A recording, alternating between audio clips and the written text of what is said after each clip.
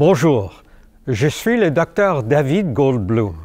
Je m'adresse à vous de CAMH, le Centre de toxicomanie et de santé mentale, qui est le plus grand hôpital d'enseignement et centre de recherche du Canada dans les domaines de la santé mentale et de l'usage de substances psychoactives. Dans cette série, nous explorons les principales questions de santé mentale qui font l'objet de recherches sur Internet. Abonnez-vous à notre chaîne afin de ne rien manquer. La schizophrénie et les troubles mentaux connexes, appelés collectivement troubles du spectre de la schizophrénie, sont des maladies mentales complexes qui affectent la pensée, les sentiments, les comportements et les relations.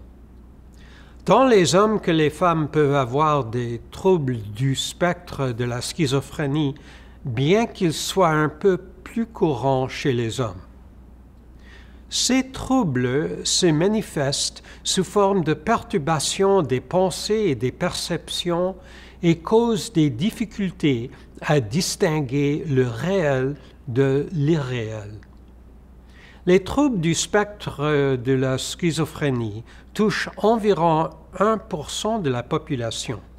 On estime que plus de 2 personnes sur 3 qui sont aux prises avec ces troubles dans le monde ne reçoivent pas les soins spécialisés dont elles ont besoin, même s'il existe des traitements efficaces et des services de soutien qui permettent à un grand nombre de personnes de s'en remettre. On ne connaît pas les causes exactes des troubles du spectre de la schizophrénie, mais les chercheurs croient que la combinaison de divers facteurs biologiques et environnementaux favorise l'apparition de ces troubles. Des recherches ont montré que l'hérédité pourrait être un facteur contributif. Le développement du cerveau avant et peu après la naissance et au cours de l'enfance et de l'adolescence peut avoir une incidence sur les troubles du spectre de la schizophrénie. En outre, les personnes qui ont connu des épreuves douloureuses sur le plan social ou des traumatismes, particulièrement lorsqu'elles étaient enfants, sont plus susceptibles d'être atteintes de ces troubles.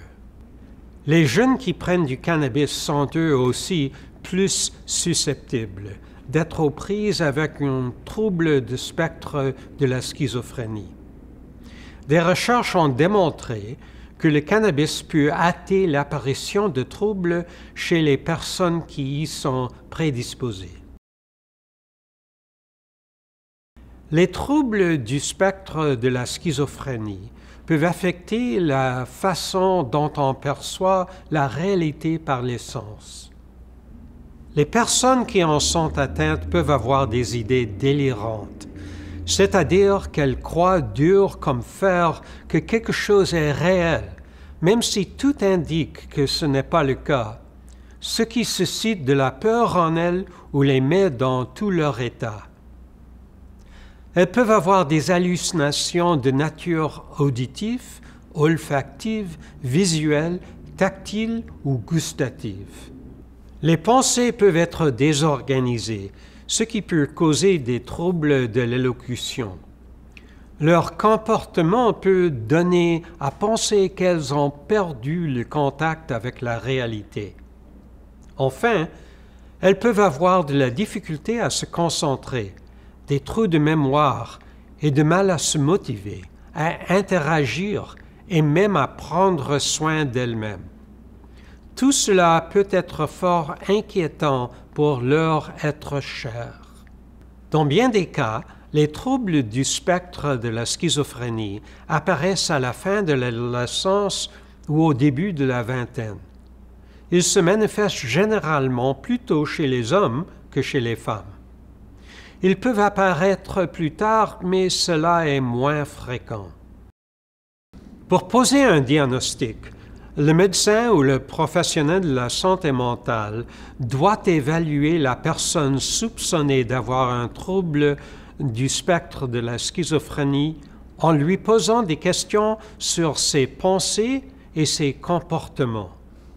Le médecin peut également consulter des membres de la famille de la patiente ou du patient ou d'autres personnes qui connaissent bien ses antécédents. Après avoir réalisé cette évaluation et éliminé d'autres causes possibles, on peut poser un diagnostic de trouble du spectre de la schizophrénie. Plus tôt on peut poser un diagnostic exact de schizophrénie et commencer le traitement, meilleurs seront les résultats obtenus à long terme. Le traitement médicamenteux, notamment les antipsychotiques, est souvent le premier utilisé auprès des personnes ayant un trouble du spectre de la schizophrénie. Dans certains cas, on y greffe d'autres médicaments pour atténuer les effets secondaires. On peut également prescrire des médicaments pour soulager d'autres symptômes de maladie mentale comme des psychorégulateurs, des sédatifs et des antidépresseurs. La stimulation du cerveau, comme la thérapie électroconvulsive et la stimulation magnétique transcrânienne, s'avère efficace chez certains patients. Le soutien et les thérapies psychosociales, comme la psychoéducation, la thérapie cognitivo-comportementale, l'adaptation cognitive et la thérapie familiale, favorisent le rétablissement. On aide ainsi les patients à se fixer des objectifs et à les atteindre. Le soutien des pairs, les soins médicaux, l'activité physique, l'alimentation et les approches complémentaires ont tous un rôle à jouer dans la gestion du trouble du spectre de la schizophrénie.